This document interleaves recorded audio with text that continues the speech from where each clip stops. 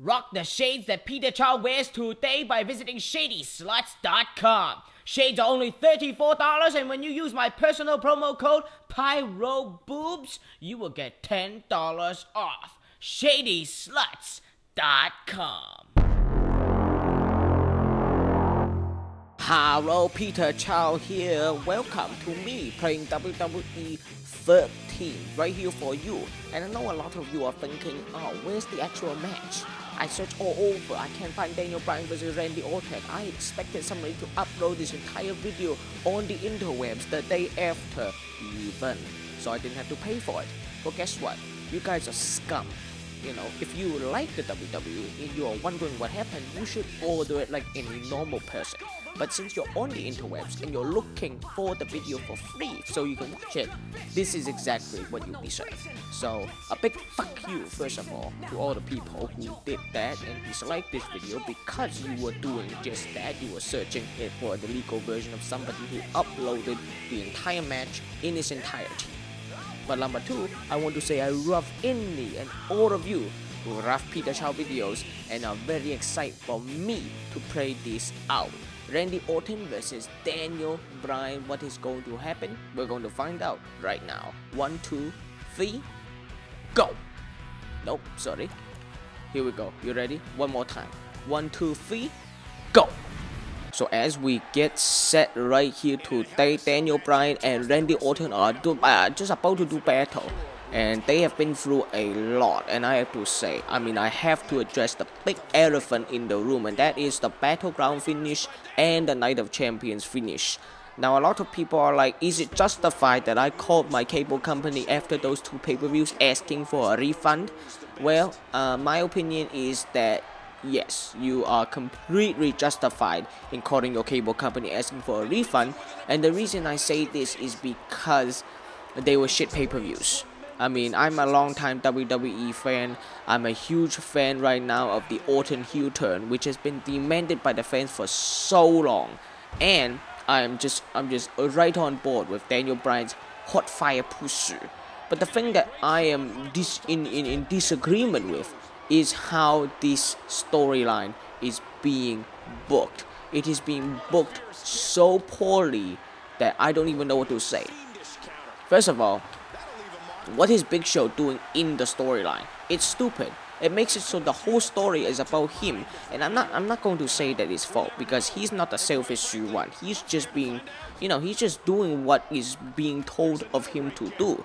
Whatever is booked by, the booking people, the creative people who are mostly just, useless soap opera writers, that's what he has to do. And it's not his fault. But the thing is that the fact that he has been thrown into this situation and this storyline is that he steals the spotlight out of the people who are actually in the championship match. For example, Battleground. It was a match between Daniel Bryan and Randy Orton. Now, when I order a pay-per-view, I don't want a no DQ finisher. I don't want a count-out finisher. I want a finisher. I want to see a winner, I want to see a loser. What I don't want to see is I don't want to see in the middle of the match, in which was okay, it wasn't the greatest of matches. I was expecting more, and I have to say they were probably working at half the speed because they knew of how shitty the finisher was. But Big Show comes out middle of the match or whatever, 3/4 the way through the match. He comes out and he's like, oh okay, I'm just going to punch both of the people out. So both the challenger in Randy Orton and both, oh sorry, I guess they were both challengers because the title is vacant, and punch them both out, and then I'm going to stand tall and say no more. Fucking stupid. What do you want me to think about that storyline? Do you want me to say that that's good? And what about the Night of Champions pay-per-view? You have nothing resolved at the end.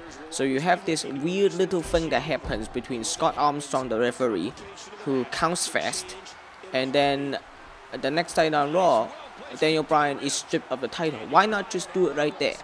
At least give the people who ordered the pay-per-view a legitimate finisher, saying, okay, now the title is vacant. Don't wait until the next goddamn night on Raw to announce that the entire match that we just watched at the end of Night of Champions was completely useless.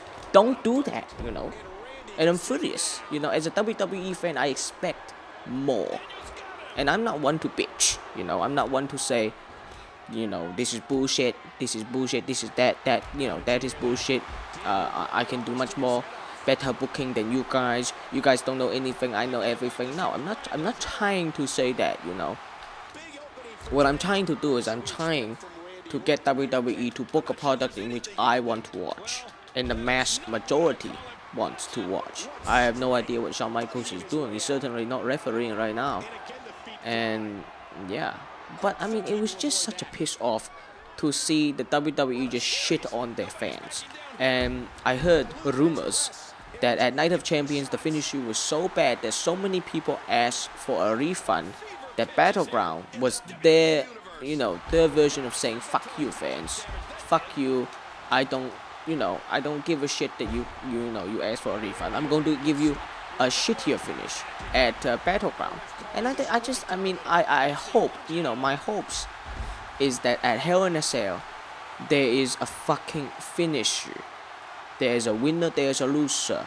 Because if there isn't a finisher in a stipulation with you know, the Hell in a Cell as a stipulation, if there's no finisher, I mean, I don't even know what to say. I don't. Because, you know, Hell in a Cell, I already don't like the fact that it's turned into some sort of gimmick pay-per-view.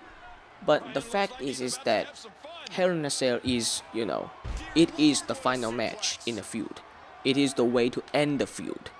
And I'm hoping, you know, there's some sort of resolution to those, you know, shit pay-per-views. And I believe that the finishes of those matches have bogged down the match quality of what Daniel Bryan and Randy Orton could be. You know, these two guys are incredible workers with incredible charisma, minus Randy Orton because he's kind of boring, and can only really do well when he's working with somebody, you know, of equal caliber.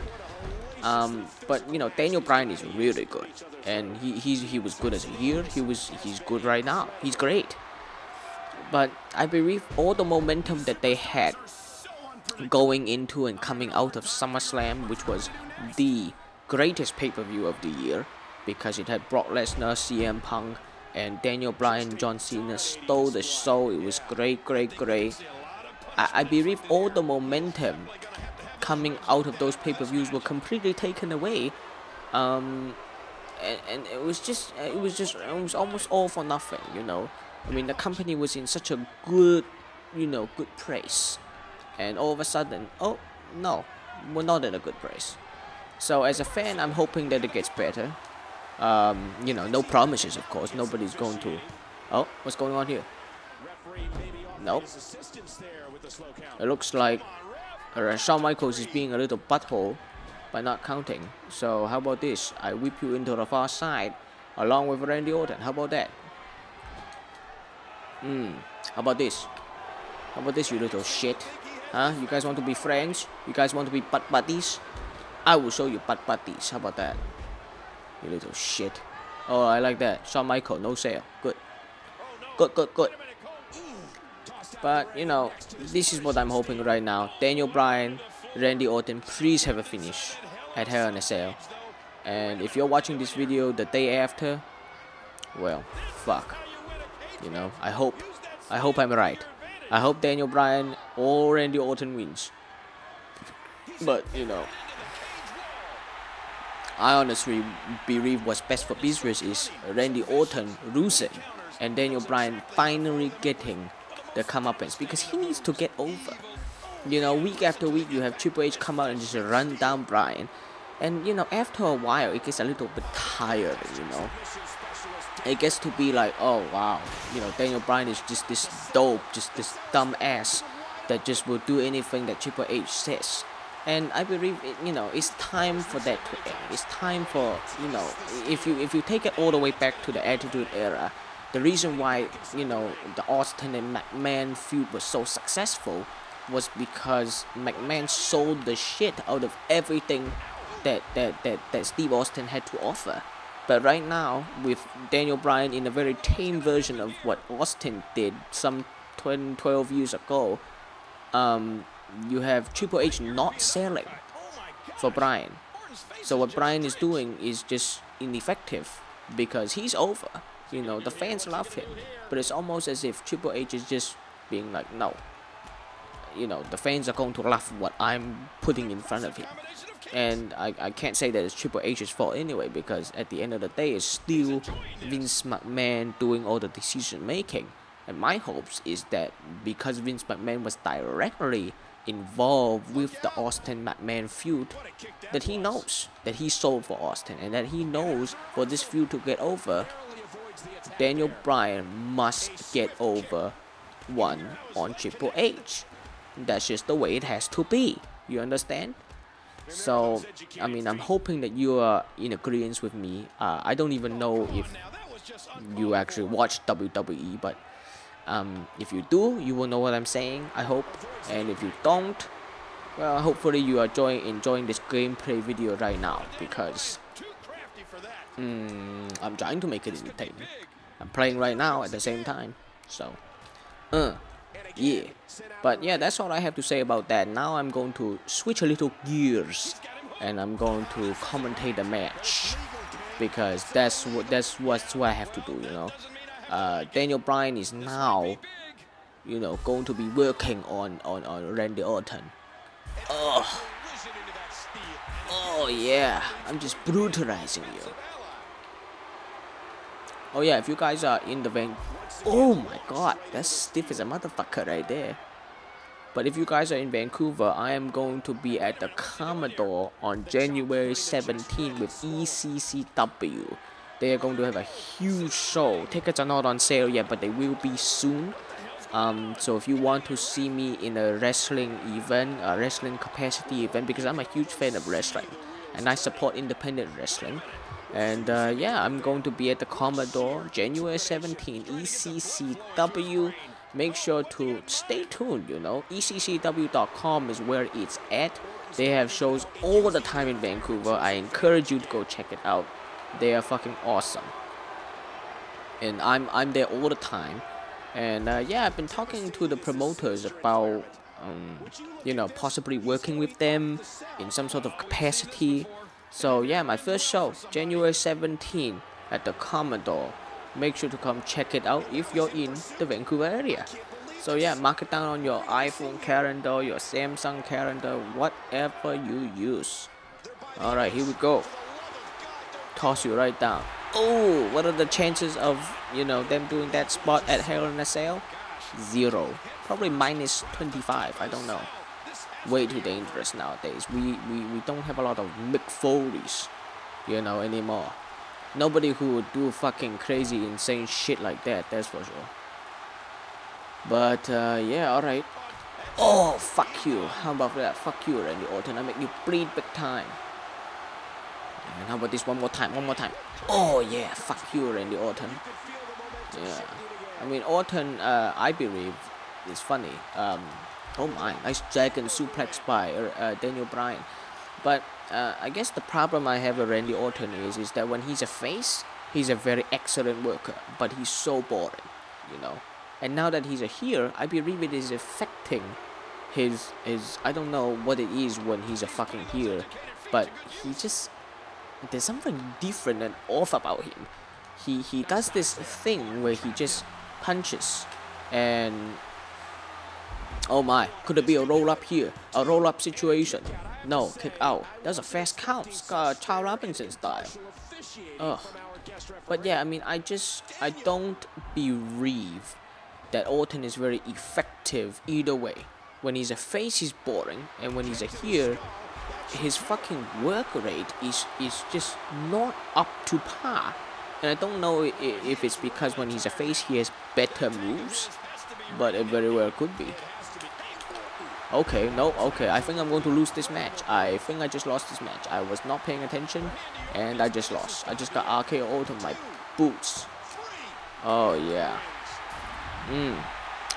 Shitty. Yeah, I totally wasn't paying attention, and I was caught out of nowhere. And I guess Randy Orton in this version has beaten Daniel Bryan. Hopefully that is not the case at the real event. Thank you very much for joining me, by the way. Yeah, but I mean, I'm just using this gameplay as an excuse to kind of vent my frustrations on the current WWE product, which I'm sure will improve. I'm an optimist. I will continue supporting WWE and I will continue to buy the pay-per-views. I have plans to watch Hell in a Cell with all my friends. Also Peter Brown on Twitter from Big Brother Canada. And yeah, I mean, I will continue to support what I love to watch. But you know, it's just that I hope that it gets better. And I know it will. I know it will. So if you like this video, if you like wrestling, if you want me to play more videos, if you want me to play WWE 2K14 when it comes out later this month, give this video a boom thumbs up, share this playlist with all your friends, and of course subscribe to this channel, youtube.com/PeterChaoGames. And until next time, stop drinking the haterade and start drinking the bubble tea. 停止飲垃圾，開始飲珍珠奶茶。Chao outside, motherfucker. Rock the shades that Peter Chao wears today by visiting ShadySluts.com. Shades are only $34, and when you use my personal promo code PYROBOOBS, you will get $10 off. ShadySluts.com.